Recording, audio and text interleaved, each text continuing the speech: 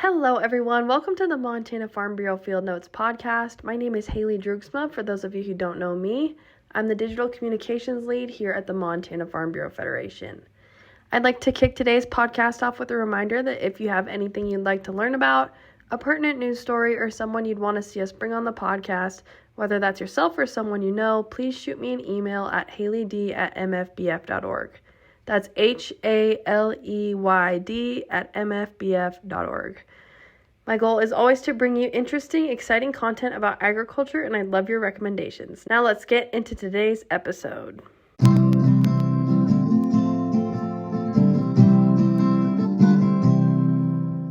Kicking things off with general agriculture news here in Montana, the 2025 Northern International Livestock Exposition, or NILE, stock show will feature both new headline entertainment and a variety of ranch and livestock competitions at the Metro Park in Billings, Montana from October 10th through the 18th.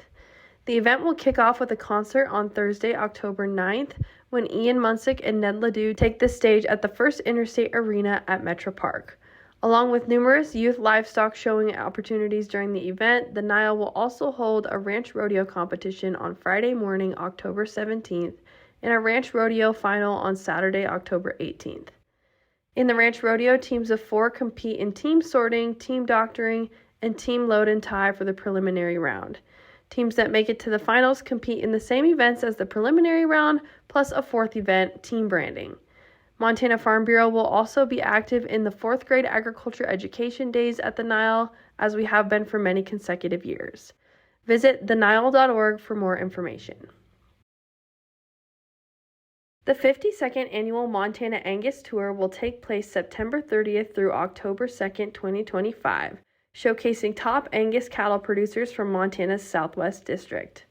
Known as the largest and oldest tour of its kind, the event draws over 500 participants from across the United States and internationally. This year's tour begins in Marr County at Stevenson Down T Ranch and includes stops in Butte, the Gallatin and Madison Valleys, and concludes in Dillon. A special visit to Centennial Livestock will highlight the link between seed stock and commercial ranching. The tour celebrates Montana's high-quality cattle, diverse breeding programs, and strong community of Angus breeders. The Montana Department of Agriculture is requesting proposals to fund projects designed to promote and enhance Montana's hemp industry through improved production and marketing opportunities. Additionally, projects for educational and marketing campaigns or publicity and sales promotion campaigns for hemp will be considered. The Montana Department of Agriculture Hemp Research and Market Development Program aims to advance Montana's hemp industry needs and opportunities through research, promotion, and market development of hemp grown in Montana. For the complete request for proposals, list of guidelines, eligibility requirements, and application procedures, please visit agr.mt.gov. The Montana Department of Agriculture will determine funding awards. Proposals must be submitted through the web grant system by 5 p.m. Mountain Time on Friday, October 17, 2025. Examples of eligible projects include, but are not limited to, advertising and promotion, travel, equipment, consulting services, and communication. On Wednesday, September 10th, the Montana Department of Livestock confirmed highly pathogenic avian influenza, or HPAI, in north central Montana, the state's first detection in domestic poultry this fall. Montana has confirmed 31 affected flocks linked to the ongoing national outbreak, which began in 2022. The most recent previous detection was in Gallatin County in March. The Montana Department of Livestock encourages all poultry producers to immediately report sudden onset of illness or high death loss in domestic poultry to their veterinarian or to the Montana Department of Livestock. 5 students from Joliet High School are gaining hands-on experience in meat processing through a unique collaboration with the Producer Partnership, a Montana nonprofit located near Livingston. Each Wednesday, the students travel to the plant to learn valuable trade skills, an opportunity they say could benefit them in both personal and professional life.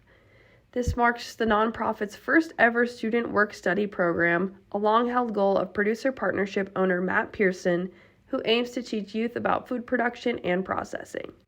The initiative was made possible through collaboration with Joliet Superintendent Clark Beggar and is seen as a way to address workforce shortages while giving students a head start on real-world skills.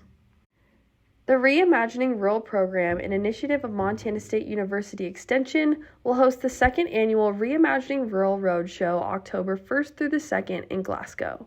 Designed as a one-stop connection point, the Roadshow brings state and regional resource providers together with rural community leaders in a rural setting. The initiative is dedicated to providing Montana's small towns with opportunities to connect, share, learn, and be inspired to enhance their communities. This year's program features an on-site tour of Glasgow's revitalization projects, speakers from rural communities sharing success stories, and insights from resource leaders on topics such as housing and downtown redevelopment. U.S. Wheat Associates has welcomed a strategic collaboration between Bioceres Crop Solutions and the Colorado Wheat Research Foundation to commercialize HB4 wheat in the U.S.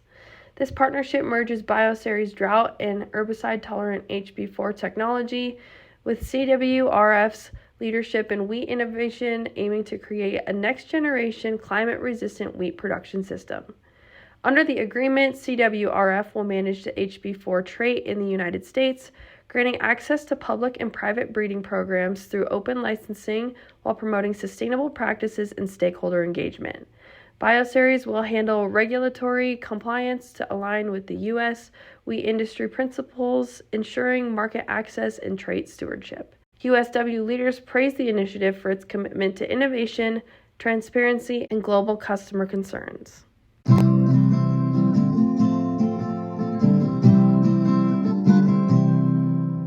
The Montana Farm Bureau Federation applauded the Bureau of Land Management's proposal to rescind the 2024 Public Lands Rule, which we argued threatened generational ranching by giving conservation leases the same status as established uses like grazing. The Montana Farm Bureau had previously opposed the rule, stating it lacked input from ranchers and incorrectly treated conservation as a use rather than an outcome of responsible grazing under the Taylor Grazing Act.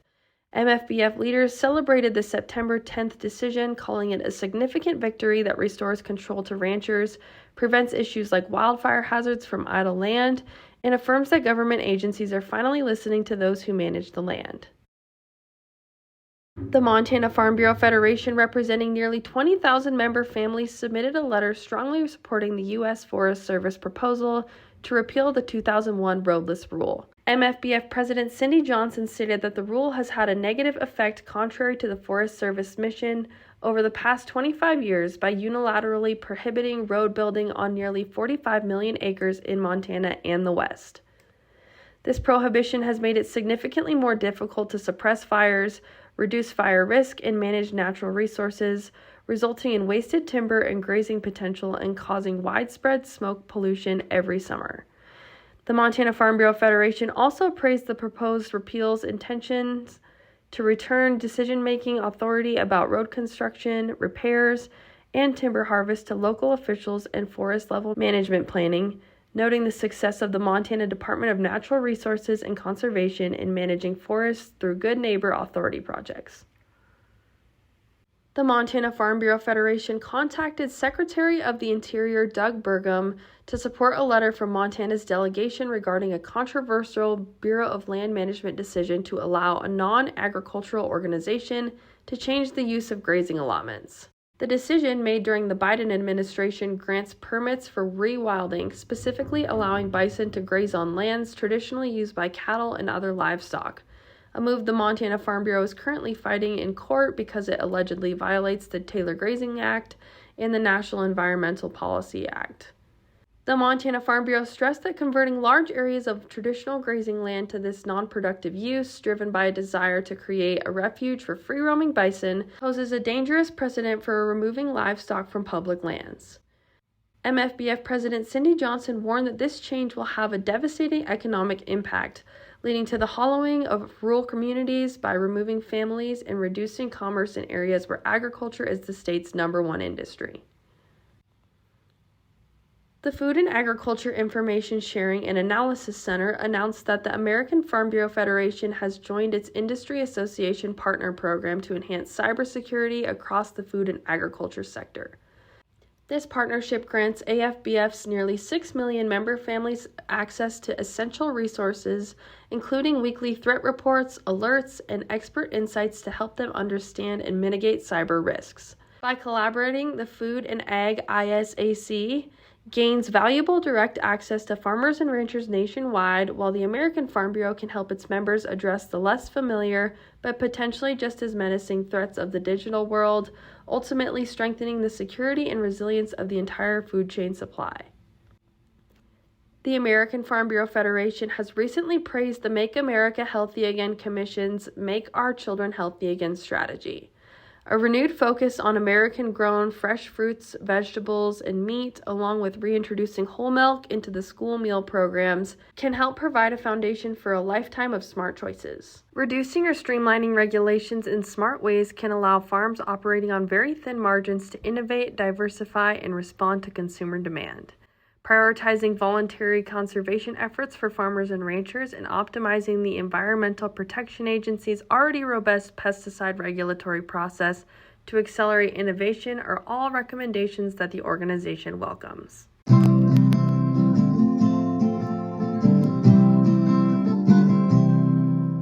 Now moving along into our members in the news section, and we're starting off strong, as Montana Farm Bureau Federation Vice President Casey Mott recently sat on a producer roundtable with Governor Gianforte following the Yellowstone County area for the Farmers Tour hosted by the Northern Ag Network. The panel covered a variety of issues facing farmers and ranchers in the current market, with a variety of commodities and organizations represented. Vice President Mott focused on the long-standing Montana grizzly bear issue when addressing the governor. He also emphasized the return of the Montana Farm Bureau-supported Montana Cattle Committee legislation. Listen as Northern Ag Network's Coulter Brown, Vice President Mott, and Governor Gianforte expressed concerns and solutions, including the Front Range County's Farm Bureau grizzly bear event held with the governor and other stakeholders in Shodo. Grizzly bears are another huge concern. The Endangered Species Act, Montana Farm Bureau is really advocating to get those bears delisted. You've got a heck of an advocate for it right here in the governor's office. I know, and I really appreciate that he's there to take on this issue, because as you alluded to, we have a lot of our members that they're directly affected by grizzly bears up on the eastern slope, and it truly is a problem. And I don't understand how anyone could think that a 2,000-pound predator is safe and cuddly and something that you want to have around your children. And they tell me stories about what they have to live through, and that they're worried about not just their stock but their kids. And I want to really thank you for your efforts on this. And wolves are not something that we're as worried about right now as the grizzlies, but I know that you're also watching that issue as well. We just had an event up in Shodo in Teton County on grizzly bears, and we had a senior member from the U.S. Wildlife Service there who was a Trump appointee out of Wyoming. He understands the issue. He got an earful from that community. The gentleman was there who had to defend himself when he was out mushroom hunting and killed that bear as it charged him. It just put its ears back, and to hear him tell that story, I mean, it was coming at him. He finally discharged his handgun at very close range to discourage that bear because it wasn't stopping. And that was less than 2 miles from downtown Shodo.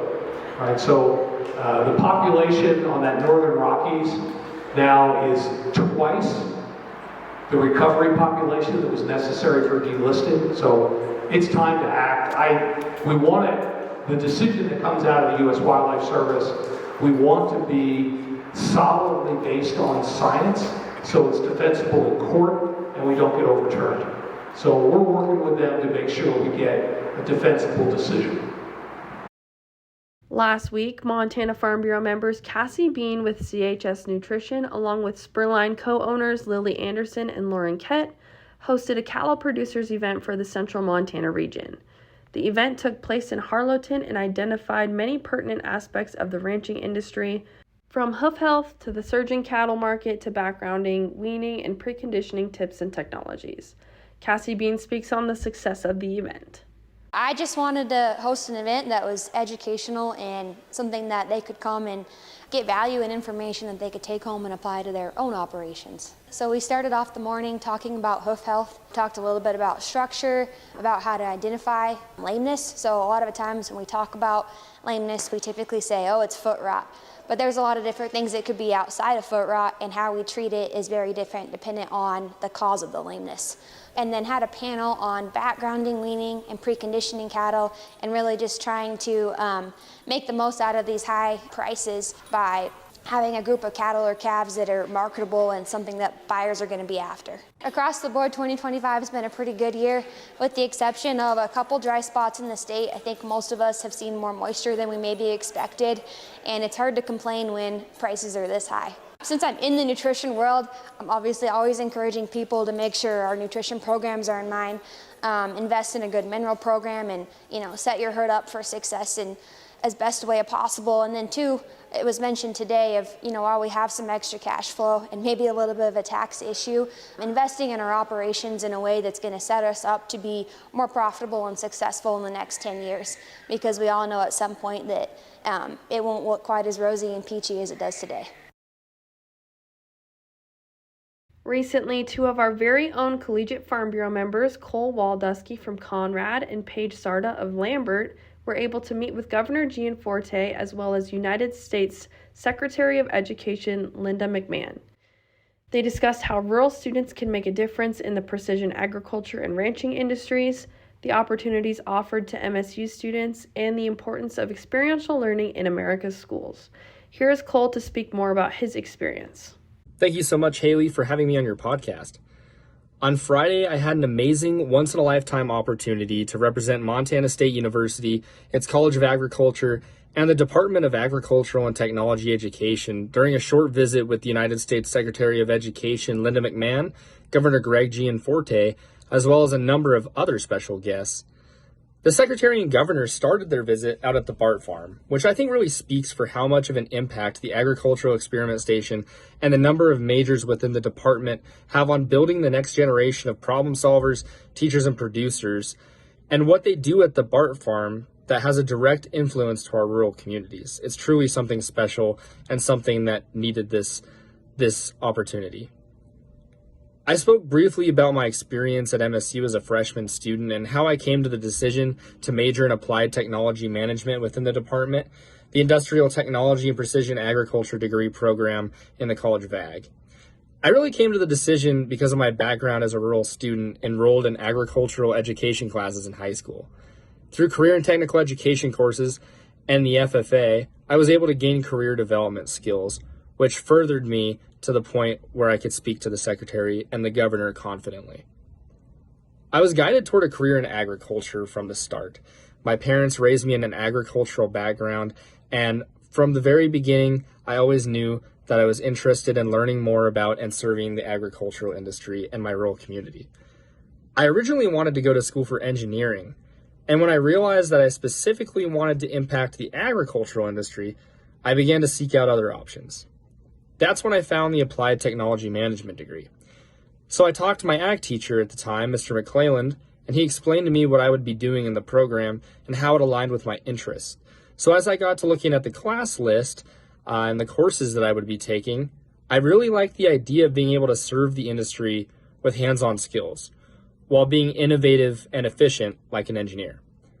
So he got me in contact with the head of the department, Dr. Perry. And one incredible thing about the College of Agriculture is that the faculty are very approachable and very involved with the high school students in FFA in Montana and all the agricultural and rural students across the state. And this helped me create a relationship with the faculty before I even started looking at options for where to go to school. I knew that if I got involved in the department, that I'd be able to build a skill set to directly influence rural America in any way I could think of. I briefly highlighted to the Secretary how the Mobile Precision Agriculture Classroom Trailer, or TEACH trailer, is being built and designed by college students to be marketed for high school students as a recruitment strategy. The trailer serves as a connection between the quality equipment and tools we get to use and our highly desired prospective rural Montana students. So we get to take the students that are interested in this technology and put it in front of them. And I think that's a really special opportunity for our kids. The secretary asked me if I'd been able to use any of the equipment, and I told her that I had already used some of that style of equipment in high school, specifically a plasma table and some CNC plasma technology like it. And the rest of the equipment I'm in the process of learning to use at the moment. And she found this very interesting because she's very supportive of hands-on experiential learning opportunities for American high school students like shop classes and other CTE courses.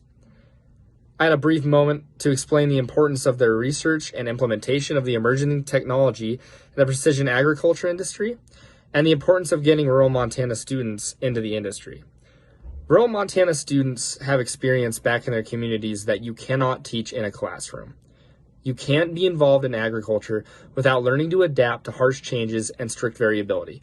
And we aren't just talking about the weather or the markets. I told the secretary that our producers don't know what they're going to make at the end of the season. And as Linda McMahon does not have a background in agriculture, this was really huge. And so I explained to her, if we can limit that variability with affordable technology, we can positively impact the American economy on a large scale. So far, working class farmers are doing well financially. The heart of our nation is doing well financially, and that only leads to economic growth. At the end of the day, I was able to get the point across that real-world learning influences real-world change.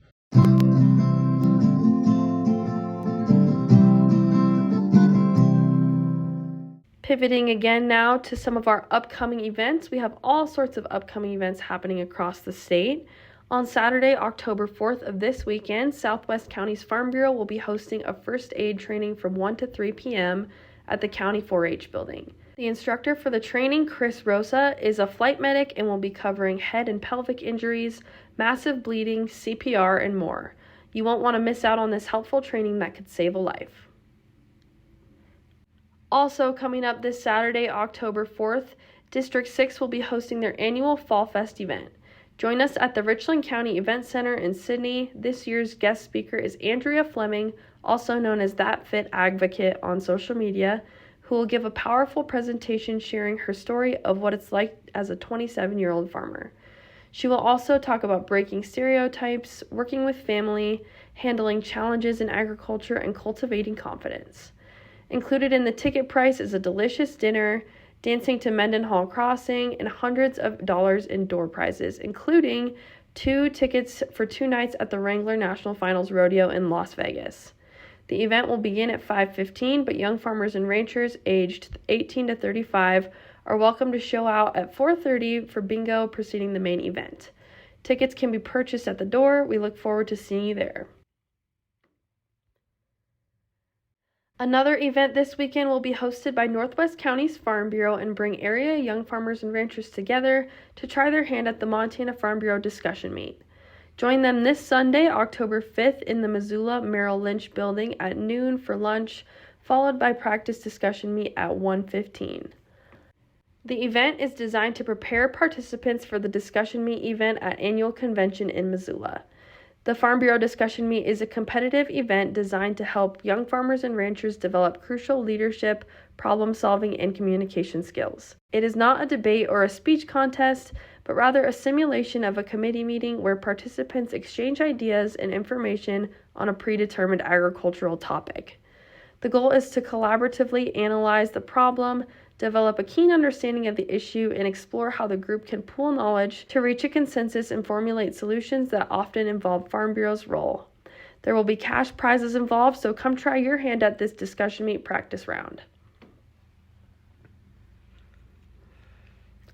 Join Park County Farm Bureau's Young Farmers and Ranchers on October 15th at 5:30 p.m. at the Park County Fairgrounds in Livingston for a live demo, crash course, in wild game butchery. Our guest butcher, Sierra Anthony with Butcher Solutions, LLC, will present a live demo and interactive session. You'll learn how to properly break down a big game carcass like antelope, deer, or elk from start to finish. Topics covered will include field dressing and safe transport, breaking down the carcass, knife skills and tool tips, meat care, packaging, and storage.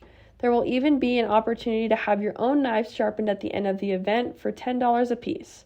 Whether you're a first-time hunter, want to start processing yourself, or need a refresh, this is your chance to build confidence and connect with other like-minded hunters. And finally, to wrap up our upcoming events, the cherry on top of it all is our Montana Farm Bureau Annual Convention and Trade Show, where connections are built, your county-level policy resolutions are voted on, and those aforementioned discussion meet skills will be put to use.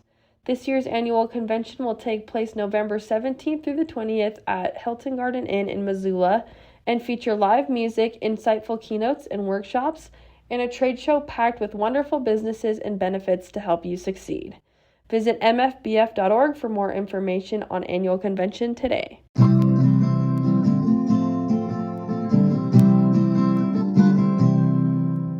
I will leave you all with one final remark today before we close this episode out.